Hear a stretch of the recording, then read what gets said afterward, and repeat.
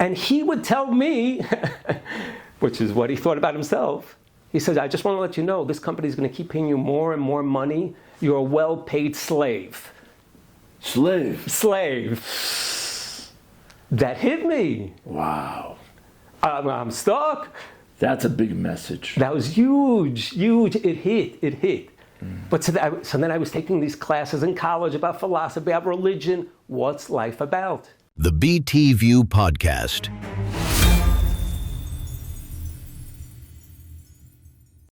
Shalom Aleichem Rabbi Yehoshua, and welcome once again to the BT View, dedicated to bringing the sincerity of Baalei Tshuva and their mentors to light, in order to give chizuk and strength to the entire extended community.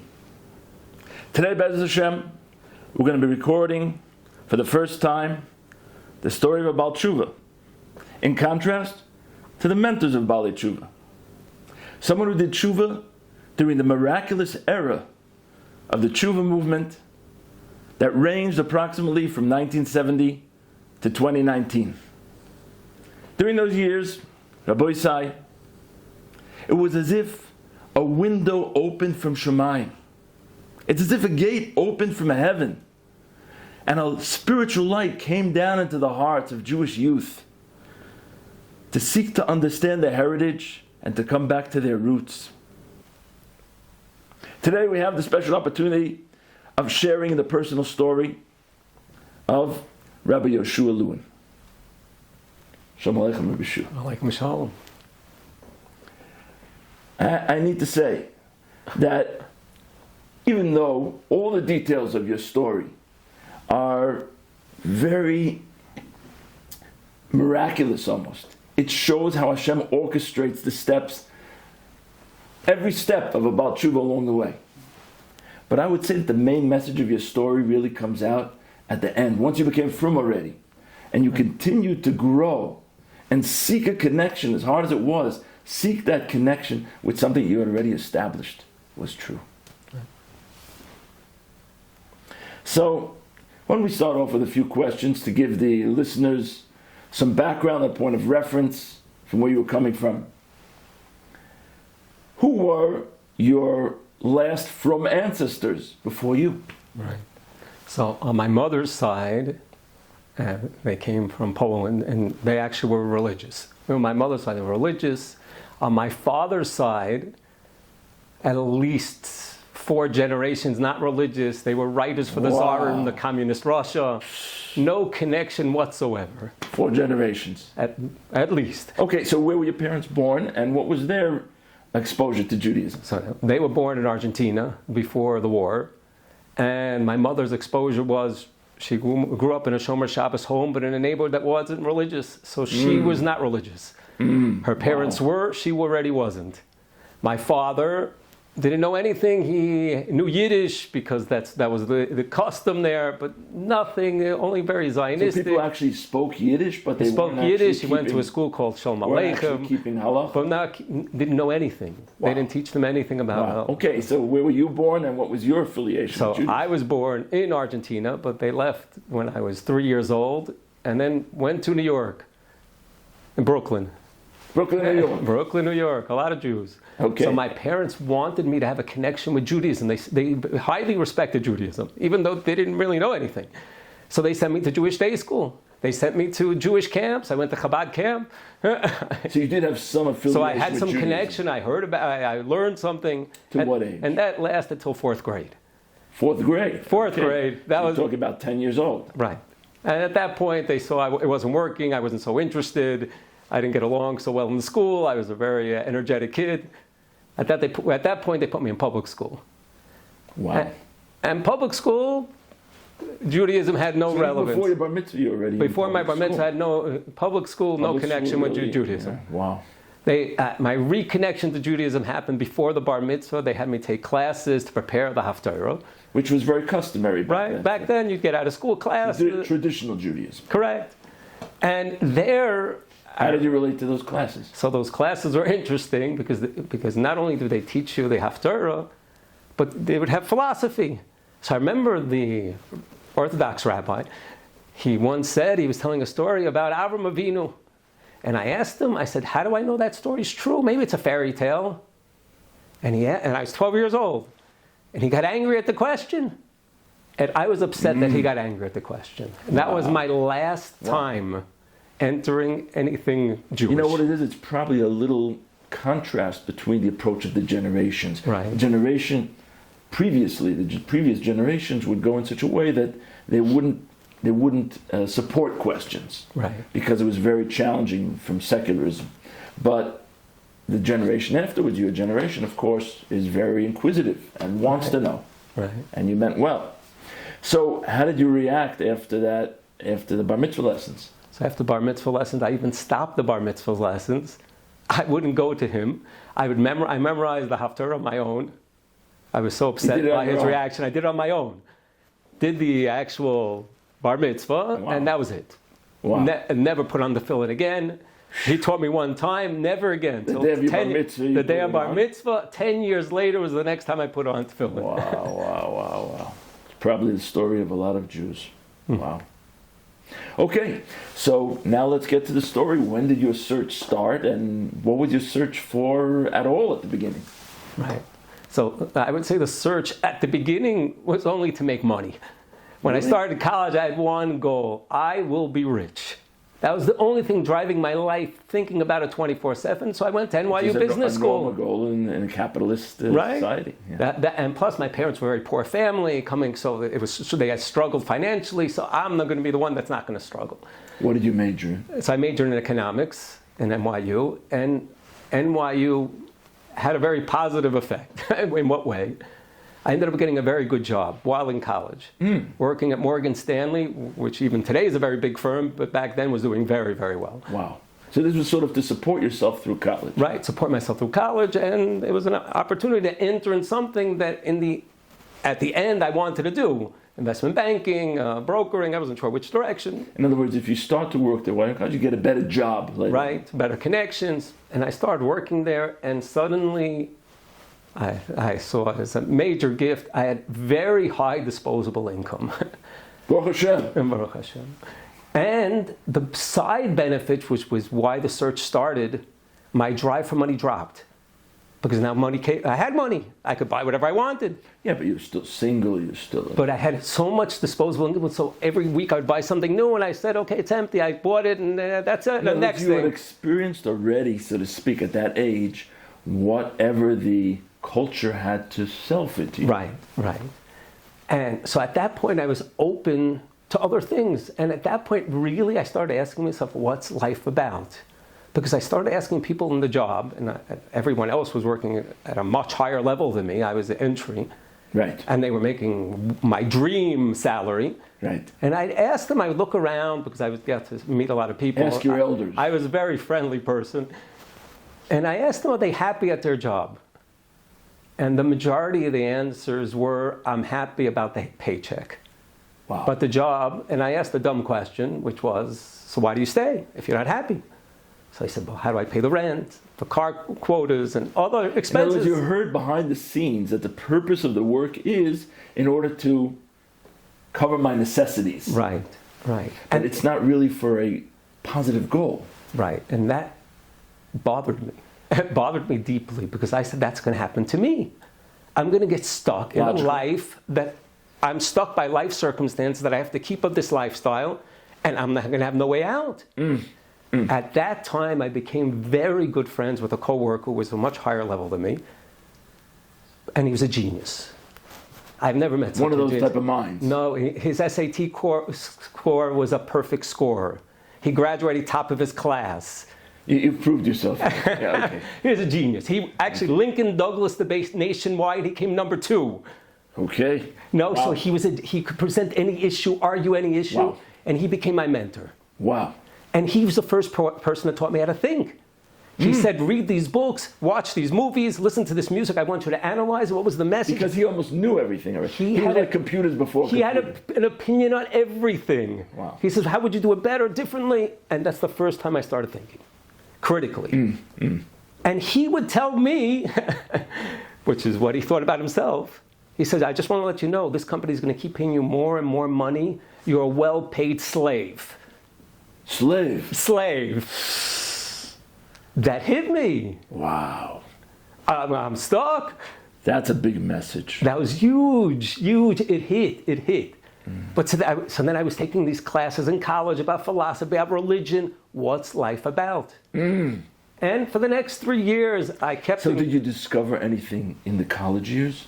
In the college year, there was one professor that I developed a small connection to. He would give logical arguments in religion. He was the head of the religion department. Religion department. Religion Which means department. that they teach all religions. Right. Here they teach all religions, but he would give some logical arguments that maybe there's a creator. Logical arguments for it. Wow. And that opened me up. Even though I considered myself a die-atheist, I'm not interested in to anything. what religion it is, he wanted just to show that it's pretty obvious that there's a creator to the Right, world. the design of nature and different arguments. That did make an impression on you. That touched even, me. Even at that Even point. that point already opened me up a little. Wow. So at the same time, I kept up this connection with this friend. He then went up to a higher paying job working in the Tokyo branch, and we kind of lost connection. I worked in a company. He was out of the country. So I continued my search, taking these very philosophical classes in my next 3 years of college. And I finished up college with my economics degree, and I didn't know what to do. I could continue in business, which wasn't so exciting to me. I considered philosophy, but that was just my hobby. Because you already had this existentialist question. Right. And at that time, as I finished college, this friend from Japan says, I'm planning a trip around the world for a year to visit third world countries. He was coming back to the States and then going on a trip to visit third world countries. He came back to the States. He quit his job. He says, I'm done being a well-paid slave. Why would he want to visit third world countries? He wants to see something new. He says, I know Western culture. I want to see something that's not Western culture. His mind needs to absorb a lot of the world. I want to see something new. Western culture, I already know. What else is in the world? Okay. Are you interested? 1 year trip. Wow. I said, let's go. Wow. I said, either way, I didn't have any good plans. I tell my parents, tell my father, he says, you like a comfortable lifestyle. You're not going to last 3 months in this trip. I said, okay, now I have more of a desire to go. Let's go. I have nothing to lose. Let's go. I had some money saved up. Let's go start the trip. Okay, so now what I recall from the outline that we did before this interview is that the first country you went to was Greece. Correct. So what was your religious or spiritual exposure that you had in Greece? So Greece, we looked at the tourist spots, and then we went to a part that is religious. It's a peninsula off Greece, which is called Athos, which is pure monasteries. We went to this place. You had to ask permission to get in. I went as a art student. He went as a history student. We get in, and now we're surrounded by monasteries. A beautiful place surrounded by water. And we're going from one monastery to the next. Just to give you some of the experiences of one monastery we went to. We get to one monastery, and he wants to show us something interesting. So he takes us to a cave. Now this cave is pitch black. You cannot see a thing. I can't see my hand in front of me. Suddenly he lights a torch, and I see shelves. Not like these. Shelves lined with skulls. Like human skulls? Human skulls all over the cave. Wow. All over the cave, and they have the date where they died. That's what I was assuming. Suddenly he tells us, he says, you see that person, you can't tell how smart he was. That person, you can't tell how rich he was. That person, you can't tell how good looking he was. In the end, we're all the same.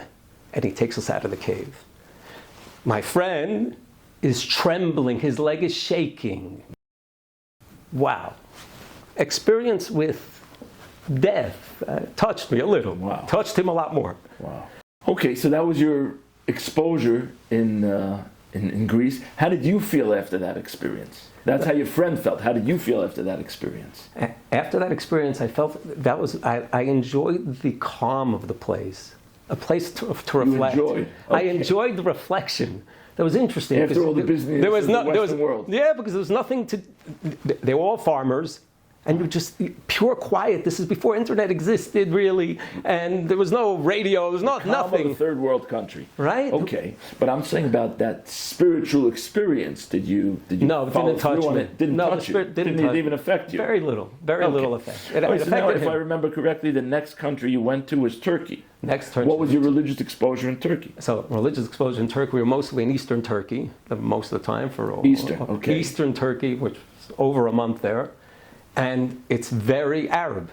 Okay. We were the tourists, and there were very few tourists. We would get stares all the time. Arab is more Islam. Right, Islam, totally Muslim country, and very few visitors there. You would get stares because you're from out of the country. You're out of We're out of the country. Neighborhood. These people are new. They would look interesting to them. And there, my biggest spiritual experience, you want to call it, is one day, one of our trips, the bus broke down for a long time. Which bus was it? There's a bus going from Eastern Turkey all the way back. Oh, okay. So it was a several-hour trip. Okay. And the bus broke down for hours. Who was on the bus? I was with my friend, and all the locals were on the bus. The locals? We were no tourists. We're the only two. No other Europeans? Right. No Europeans. We're the only two people that are tourists on this bus. And the bus broke down in the Arab section, or when it got back to... No, it broke down a pure Arab section right in front of some restaurant there. So my friend is sleeping on the bus, and I go off the bus. I was bored. So I go sit down, and 7 Muslims surround me. Surround you? And they sit at a table, and they start asking me questions. They tell me I should convert. Convert to what? Convert to Islam. Oh, wow. So I say, wow, why not? Let's go. Let's hear. Let's see what you have to say. Open. Let's hear. So I said, before I convert, why don't you tell me some of the rules? So he tells me a few of the rules, and I asked him, but why? Why is that a rule? What's the reason? What's the reason behind the rule? And the basic answer was, that's the rule. Accept the rule, the rule's the rule. So how did you feel about that answer? It was not satisfactory. So after, I walked away, okay, nice experience. But so also, how did that affect you emotionally? Again, nothing. Nothing? Nothing. Wow. Interesting, okay, now I know what their presentation of Islam. Wow. I didn't see it. So what happened after that experience in Turkey? So after that experience in Turkey, this is already over 2 months traveling, and I realized I don't like traveling so much. This is going to last a year. I like talking to people. My friend, he likes seeing ruins, museums. It wasn't what you expected from the tour books in New York. Right, I didn't think this is the enjoyment that I was expecting. So I tell my friend, I said, look, he's already planning from here, we're going to Kenya. He wanted to go to Africa. Right, he wanted to go to Africa, and I was a little tired of third world countries already. So I said, you know what, you're going to go up Africa, and then you're going to go to Israel.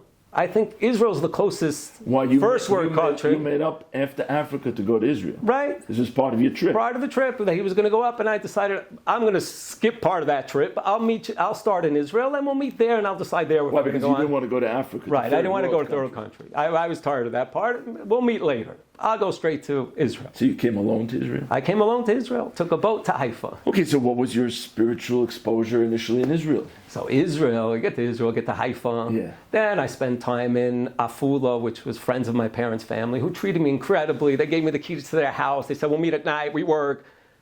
I was quite bored. Sounds great. Oh, you were bored. I was bored. Okay. I said, all this I had at home. I had food. I had house. These are houses here. You were looking for something different. I was looking for something different, something that's going to teach me something different about life. So they said, I'll go to Tel Aviv. So I went to Tel Aviv. I spent a week there. They gave their son there. He also gave me the key to his apartment. Also, Tel Aviv was a Hebrew version of Manhattan. I didn't see much difference. It didn't even impress you. It didn't impress me because anything. You already had all that experience in New York City. Right, and I had 4 years in New York City. Wow. So I said, they're trying to copy the New York City version. Wow. So also, I was very frustrated. All right, so what led to your first connection with Orthodox Judaism? So at that point, I decided, okay, I got to go back. I'm leaving Israel. But I remembered my father told me, you're not going to last 3 months. But it was only 2.5 months. That's last. I can't go back yet. I had to come up with a new option. So they said, why don't you go to Jerusalem? I said, okay, I'll go to Jerusalem. I didn't know the friend in Tel Aviv. Friends of your parents. Right. Yeah. So he says, why don't you go to Jerusalem? Is an hour away. I said, okay. So I went alone to Jerusalem. Your first time in Jerusalem? First time. I didn't step foot in Jerusalem. Get to Jerusalem, get to the center. And I went to a hostel, which was called Edison Hostel in that time. That's my first place. Okay. I go to a hostel and I meet. Where's it located? It was located right by Ben Yehuda. Okay. So this first person that speaks English becomes my friend. So I met a non-Jewish German. That was my first friend. And we start traveling around museums. We went to Yad Vashem together. Wow. Yad Vashem together. How was that? What was impressive about that, he was more sympathetic to the museum than me. He said, "This is terrible." I said, "It's not so terrible." Wow. Imagine. That's how far. That's how far we were. Wow. So we continued. One of the trips was where my next stage happened here. I was traveling through the Arab Shuk in the old city. The Arab Shuk in the old city. And in those days, it wasn't dangerous. It wasn't dangerous. It wasn't dangerous. They were full of tourists. And I'm in the Arab Shuk, and I said, "Wow, this looks interesting. This is different." So I said, "Okay, what do I have to do here?" So I look around what they're selling. Oh, an Arab headdress, the kafia. I'm going to buy one of those. That's a good thing to buy. Wow. Because that you can't get in New York City. So then I decided, okay, I'm buying it. In the middle of trying it on, this, what I think is a rabbi, comes over to me, a man with a black hat, and says, "Are you Jewish?" I thought it was a very strange question. I said, "I don't look Jewish. I'm wearing tank top, shorts, dark. I don't know. No one asked me that before." No one ever asked you that before. Well, no one in the traveling asked really? me. Wow. I mean, they had asked me in the university. Chabad would ask me if I I were. understand, but now I'm talking about in the travel. On the travel, no, I didn't look particularly Jewish at that point. I was very dark. I looked European, Italian, I don't know. Wow. So I asked him, "Why'd you ask if I'm Jewish?" No, first I answered his question, "Are you Jewish?" I was always bothered by that question. I said, "I'm a universalist, Jewish. I don't like Jewish. I don't like Israel. I don't like these Jewish things." So I answer him. I tell him, "My parents are Jewish." So he liked that. You got away answer, with right? That's what you wanted to know. But I asked him, "Why'd you ask me? Why don't you ask the German next to me? You could ask other people." So he says, "Everyone knows who's trying on the Arab headdress. It's a Jew. It's obvious it's a Jew." But then he continues to ask me questions. "Would you like to go to a Jewish hostel? It's free." And in my head, no, I don't want that. Then he asked me the next one. "Would you like, there's a great program, a 3-day seminar." So his first question I answered yes to, which was, "Would you like to take one class?" So that one class, I said, I don't really want to take one class because my Jewish education I wasn't impressed by. But if in Greece I kind of took a class, and in Turkey I did ask questions there. So in Israel, I guess you got to give Judaism. we'll give Judaism one class, okay? So I said yes, begrudgingly. I said yes. So now he's telling me about a 3-day program. So I think, well, this guy's very interesting. I don't know if he's a good salesman here, because didn't he see it was hard for me to say yes for one class? So I said, no, I'm not interested in your 3-day class. But the German guy next to me, my new friend there, he says, "Wow, sounds like a great program. I'm interested." What, he wanted to go to the 3-day? Yeah, he wants to go to the 3-day program. Wow. So he tells him, no, that 3-day program, that's for Jews. We have other programs for non-Jews. That's actually an issue in Kiruv. What if the non-Jewish friend wants to come? And I think what they say is sometimes they will allow, in order to get the Jewish person. Correct. Okay. But in this case, we weren't so close. So it didn't. So what did the person say? So I tell them, I said, look, if I was born by accident Jewish, I'll give him my spot. Let's go. He should go. Him to go. He could go for me. No. So then he basically tells me, "Would you like to complain to the person in charge?" Yeah. What? What's the complaint? That you're running a racist program. Oh, you felt it was racist. Right. He wants to take it. I don't want to take it. You're not letting him take it. Right. Okay. So he says, "Okay, I'll take you." For a complaint. For a complaint. So I tell the German guy, I said, "Look, I'll meet you later. I got to complain to these racists there. All right?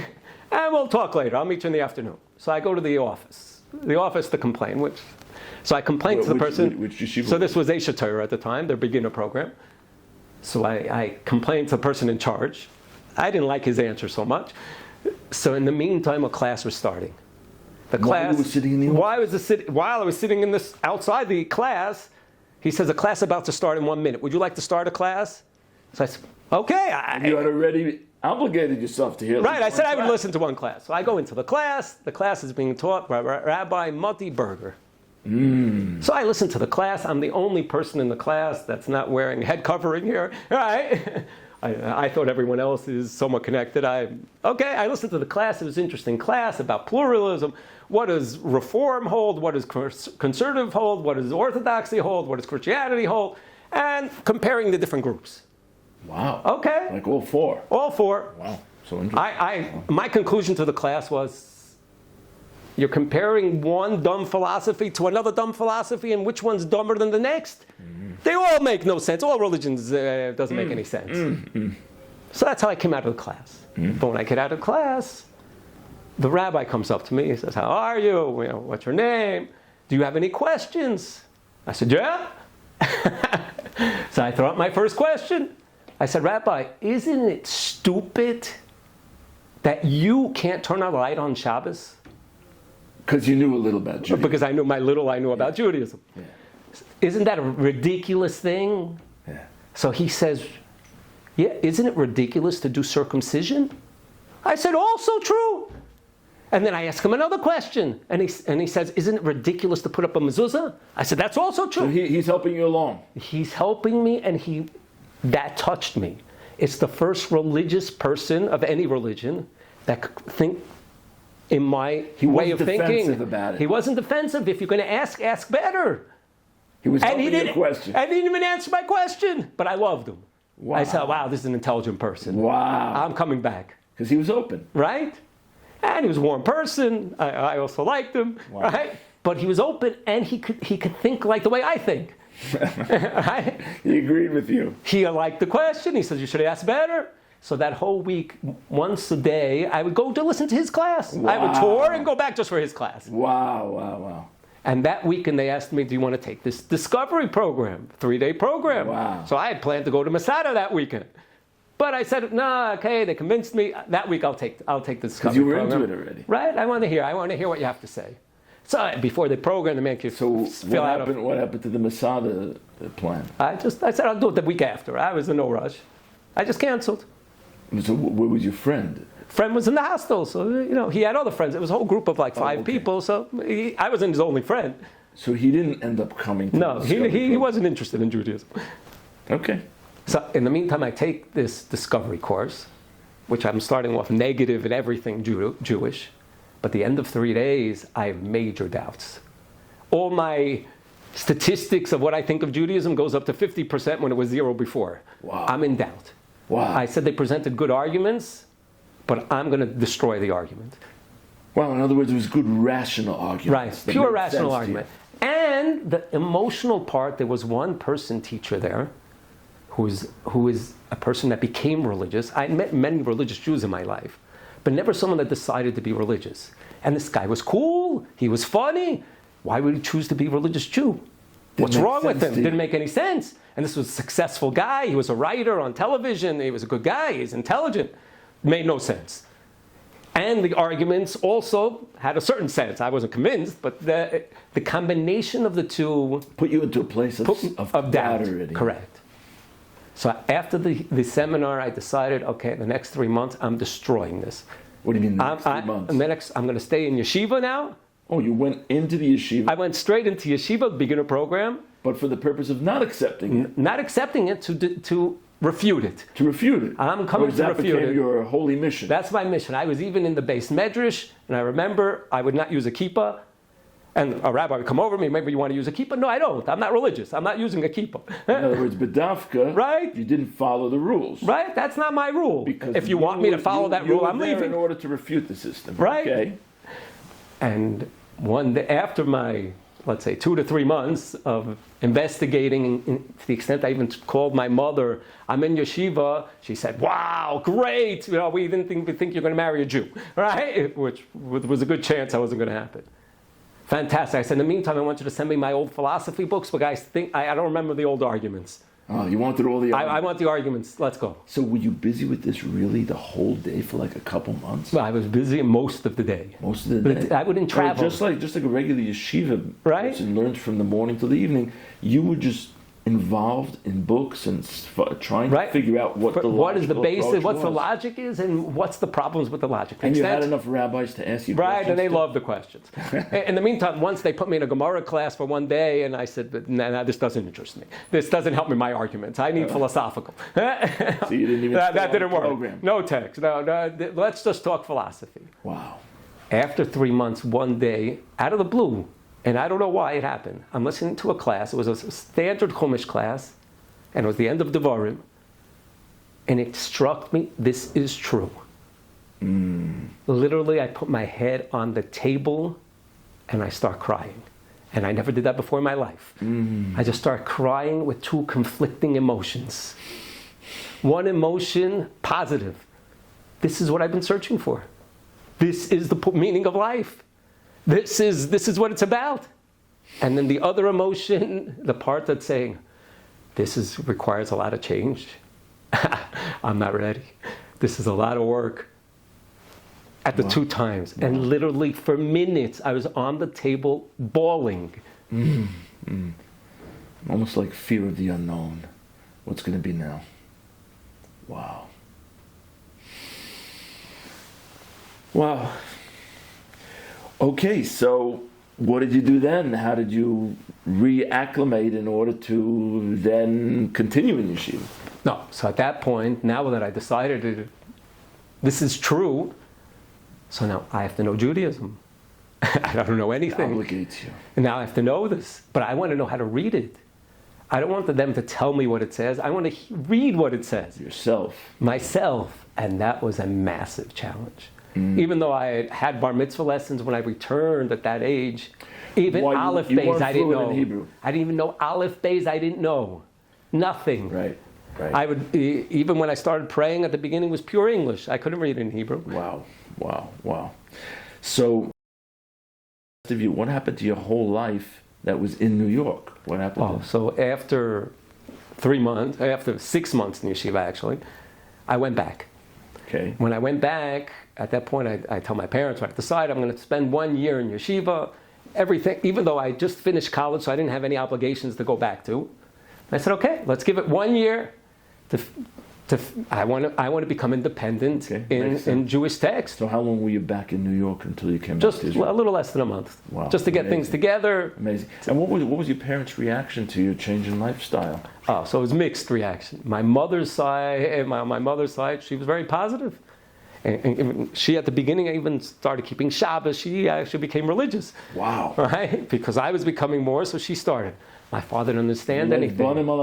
Right? Wow. My father just saw it as, what? You just finished college? Your whole financial plans, this is the guy that's going to make it out of poverty. Wow. You blew it. What are you doing?